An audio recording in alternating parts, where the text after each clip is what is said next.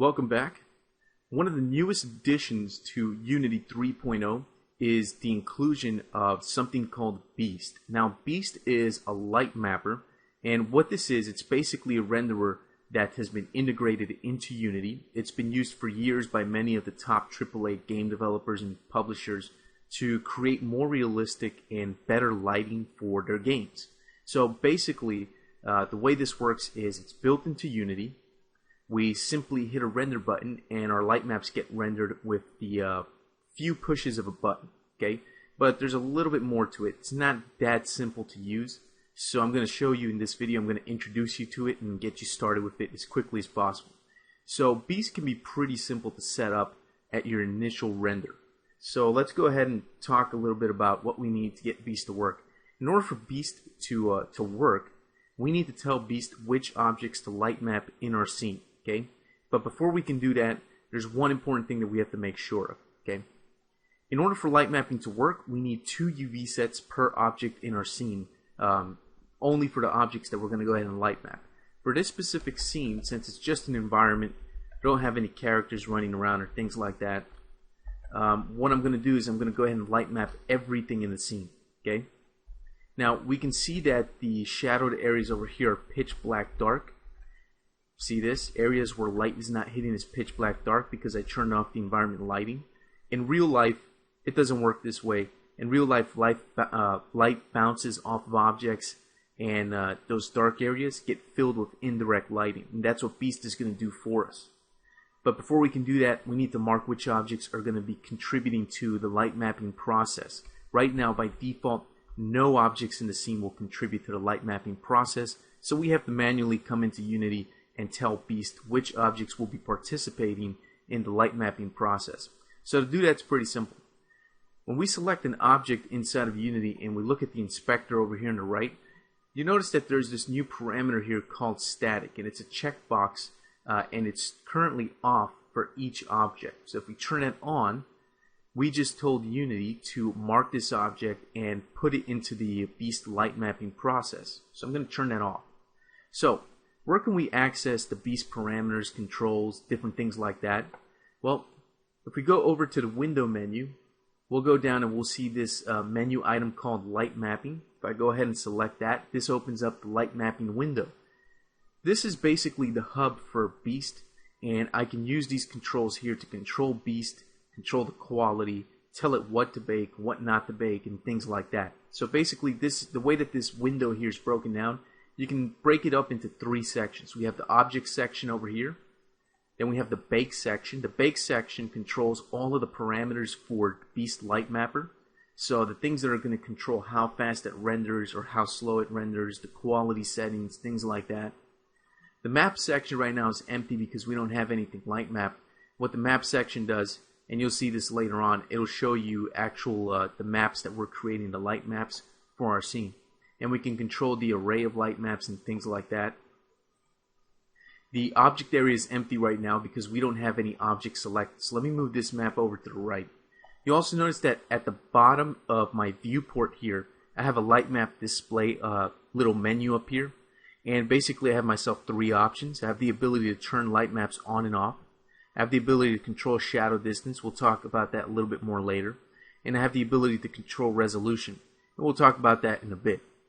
And that little menu pops up when you turn on the light mapping window. If I close it, the little menu disappears. So I'll go back to the light mapping menu. Okay. Now the way this works is pretty simple. Let's select an object. Say for example this wall right here. Say I want this to participate in the light mapping process. If I select it, the light mapping window will show it selected here in the object view. Okay. And by default, like I said before, it's not static. All objects in your scene are not marked as static. What a static object is, it's an object that's not going to move in your scene. It's an object that needs to get light mapped, essentially is what it is. So you can think of that as turning it on and off for light mapping. Right now it's off. So if I turn it on, by check marking it on, these options sort of come to life. So I have a scale and light map option which allows me to choose what the scale of this in the final light map is going to be, because there's going to be a big light map with a whole bunch of objects in it, and the more space of that light map an object takes up, the more high resolution the light mapping for that object is going to be. Then I have an atlas parameter here which allows me to control a few different things here. By default though, you should leave these settings alone. If you want to get up and running with Beast as quickly as possible, we'll leave those settings alone. What I'm going to do is I'm going to mark every object in my scene as a static object. Okay. And the way I'll do that is pretty easy. I'm going to hit Control A to select everything in my scene. And you can see here that the static flag is actually turned on. So if I go to all these objects, you can see that now all these objects are marked as static. So if I look over here, you can see they're all check marked on, which is exactly what I want. Okay. Now another important thing is the scale on the light mapper. All right. I need certain objects to contribute a certain amount to the resolution of my light map.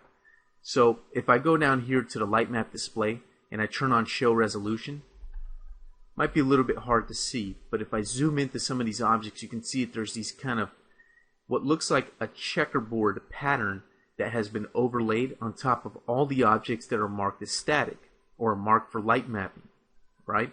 What this does is shows you a preview in the viewport of the resolution of the light map.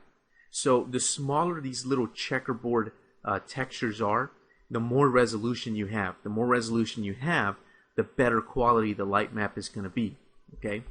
Now, I don't want the resolution to be wasted on objects that are not important. So for example, these background buildings over here, these objects are not important. The player is never going to walk up to them and see them close up, so we don't need high resolution light maps on that stuff. So to save that resolution for other more important things, what I'm going to do is I'm going to select these objects and I'm going to change the scale in light map. So I'm going to take the scale in light map setting here, and what I'm going to do is I'm going to drop it. Right now it's set to 1, which gives it a pretty big scale, which gives it more resolution. So if I set that to something like 0.1, let me actually zoom in here. You can see here the checkerboard pattern. Let me reduce that to 0.01, and now you can see that the checkerboard pattern became larger. This is what I want for objects that are not important. So I'm actually going to reduce that to 0.005 maybe, which makes the checkerboard pattern a little bit bigger. And I think what I'm going to go with is something like 0.001 for this. That way the checkerboard pattern is very large. So 0.001, you can see the checkerboard pattern gets pretty big. And that's exactly what I want, because I don't want to waste important resolution on these objects out here that no one's ever going to see close up anyway.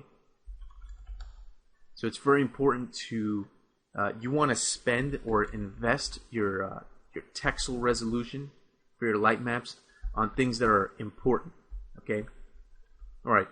So the idea is to pretty much go into all of these objects and change the scale and all that stuff to make it look a little bit better.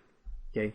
And to pretty much spend your texel resolution for your light maps on things that are important. So basically stuff that's inside of this warehouse here is stuff that's more important. These air vents up here, maybe I'll reduce that a little bit. So maybe 0.5 will look a little bit better for that. So I think you get the idea. So reduce the scale to reduce the quality on objects that are not important. Increase the scale to increase the quality on objects that are important. Now, another thing that is extremely important, and you cannot do light mapping without this next step I'm going to show you here, is UVs. Okay? In order for light mapping to work, you have to have two sets of UVs. One for the color and textures that we have applied to these objects, and a second UV set for the actual light mapping itself. So how do we control this? Well, there's two ways you can control this. Method A, or method 1, is to create alternate UVs in your 3D package. So for example, if you're using 3ds Max, or if you're using Maya or Softimage or anything else, you need to create a second UV set for your objects. Now, if you don't know how to create UV sets, or you don't even work in those 3D packages, it's not a problem. Unity can take care of this for you. We can use a second method, an alternate method. And the way this works is, let me actually move this light mapping window out of the way. If I go to the objects, the FBX objects that I imported, remember how we had that generate light map UVs option in the FBX importer settings? When you turn that on, okay, you actually tell Unity to create alternate UVs for you automatically when you import this stuff in. So it doesn't get any easier than that. Unity's actually taking care of it for you as long as you tell it to by check marking this option box on where it says generate lightmap UVs. So since I have alternate UVs, I'm pretty much ready to go. Everything in the scene is marked as static. There's a few things I'm not going to mark as static or that I may change, okay? But for the moment, I think I'm going to be pretty happy with the settings I have. So what I'm going to do right now is I'm going to make some quick test renders just to show you how this Beast Light Mapper thing works, okay? Let me go back to my Beast Light Mapping window. Now, we saw that when we select objects, the object parameters pop up here in the object window.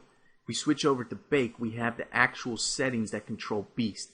Now, these are the default settings that you see here: 1000 final gather rays, 0 for the skyline intensity, and things like that. Okay, now, in my opinion, the default settings are not that good in certain areas. For example, the final gather rays are way too high.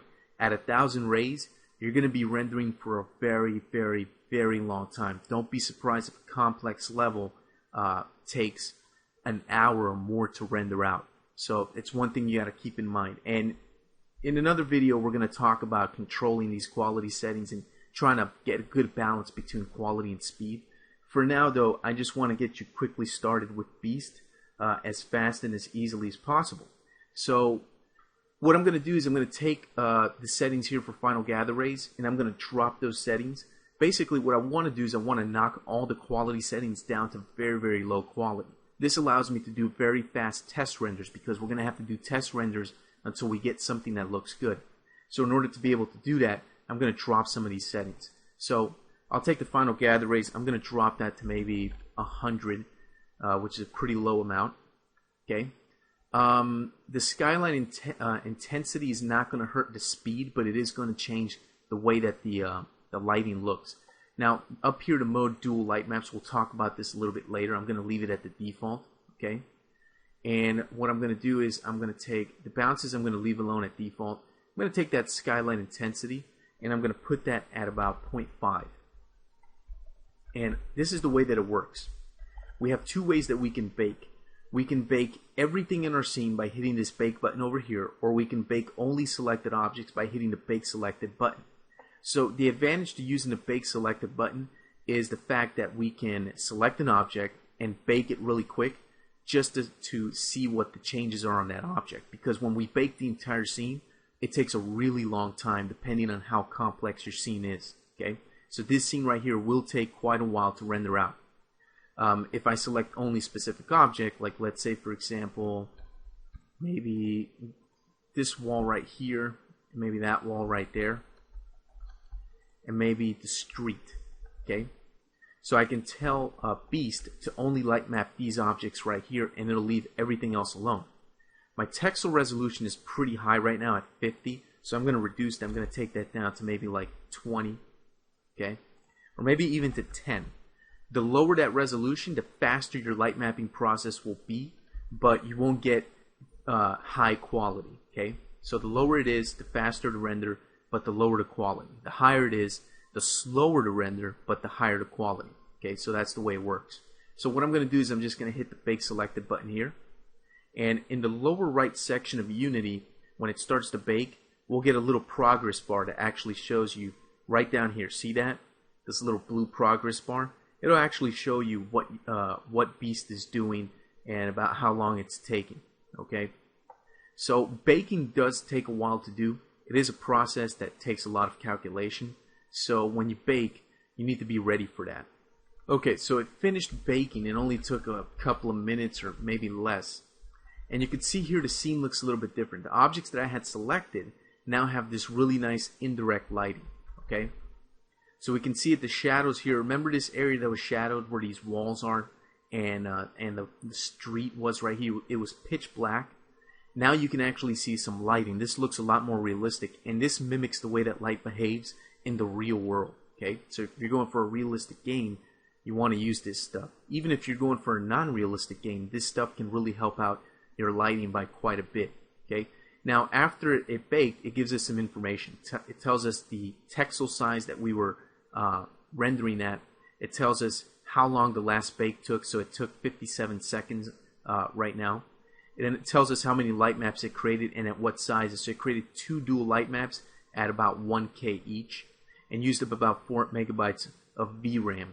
And then right here shows us previews of the light maps. If I go to the map window over here, I can actually see the 4 light maps that were created right here. Okay, you can actually see that, and that's pretty much it. If I go down here to the light map display controls down here and I turn off use light maps, I go back to how my lighting was before. So this is before, this is after. Before, after. So huge difference, very big difference, much better quality. So what I'm going to do is I'm going to end this video here. I think you get the idea of how to get started with Beast very quickly. In the next video, I'm going to get a little bit more in-depth about the Beast quality settings over here and what they mean and how to control them.